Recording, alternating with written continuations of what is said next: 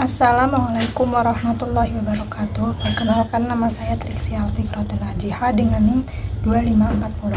Sebelumnya saya mau mengucapkan terima kasih kepada Bapak Haji Ali Imron selaku dosen pengampu mata kuliah kepemimpinan dan kepada teman-teman saya semua yang saya sayangi dan saya banggakan. Di sini saya akan mempresentasikan hasil kerja saya mengenai studi kasus dan gaya kepemimpinan sosok tokoh yang ada di Indonesia. Yang pertama, masalah apa yang menarik dari kasus ini? Saya mengambil kasus yaitu perubahan struktur direksi dan komisaris PT Pertamina. Setelah menjadi Menteri BUMN, Erick Thohir mulai merubah struktur kepemimpinan yang ada di perusahaan-perusahaan BUMN, salah satunya di Pertamina. Jabatan Direktur Keuangan Pertamina yang selama ini dipegang oleh Pahala Mansuri kini digantikan oleh Emma Sri Martini yang sebelumnya menjabat sebagai Direktur Utama PT Telkom. Sedangkan untuk jabatan Komisaris Utama Pertamina yang sebelumnya diisi oleh Tanri Abeng telah digantikan oleh Basuki Cahayapurnama atau yang lebih dikenal dengan Ahok. Pergantian Komisaris Utama Pertamina ini pada awalnya menuai kritik dari sejumlah serikat pekerja, kementerian badan usaha milik negara, memangkas susunan direksi PT Pertamina dari 11 direksi menjadi 6 direksi dalam rapat umum pemegang saham. Menteri BUMN Erick Thohir menjelaskan alasan perombakan tersebut agar Pertamina lebih fokus pada bisnis inti, program restrukturisasi dan konsolidasi. Lewat sejumlah upaya tersebut pihaknya berharap capaian kinerja Pertamina dapat lebih baik. Ia menjelaskan nantinya Pertamina bakal berdiri sebagai holding di mana memiliki beberapa subholding. Untuk alasan itu, Erick menjelaskan kenapa hanya 6 direksi pada susunan direksi Pertamina yang baru. Nantinya di subholding beliau akan gabungkan unit-unit yang sangat banyak di Pertamina jadi satu kesatuan bisnis. Ia mencontohkan selama ini dari sisi hulu ada banyak anak usaha Pertamina. Hal ini dinilai membuat kebijakan antar anak usaha tidak seirama. Hal tersebut dibuktikan dengan lifting yang tak tercapai. Langkah menyatukan portofolio juga disebut Erick dapat meningkatkan sinergitas dan efisiensi antar anak usaha. Lalu alasan kenapa saya tertarik dengan studi kasus ini adalah Erick Thohir merupakan salah satu sosok pemimpin yang dipilih oleh Presiden Jokowi untuk menjabat sebagai Menteri BUMN ke-9 pada Kabinet Indonesia Maju. Setelah menjadi Menteri BUMN, berbagai gebrakan yang dikeluarkan dalam kepemimpinan Erick Thohir menjadi sorotan publik dan menuai banyak pujian.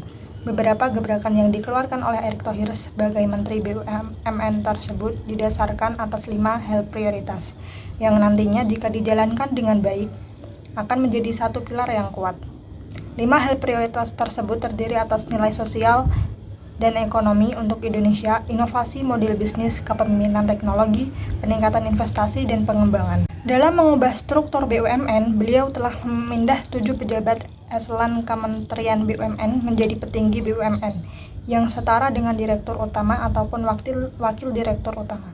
Salah satunya yaitu merubah struktur direksi dan komisaris Pertamina, dengan alasan perombakan tersebut agar Pertamina lebih fokus pada bisnis inti. Program restrukturisasi dan konsolidasi. Nantinya Pertamina bakal berdiri sebagai holding di mana memiliki beberapa subholding. Hal ini menarik karena langkah perubahan pada tubuh Pertamina adalah saat yang tepat. Terlebih di sisi lain, sejumlah negara juga melakukan upaya konsolidasi sehingga Indonesia juga perlu melakukan langkah tersebut. Selanjutnya mengenai gaya kepemimpinan Erick Thohir.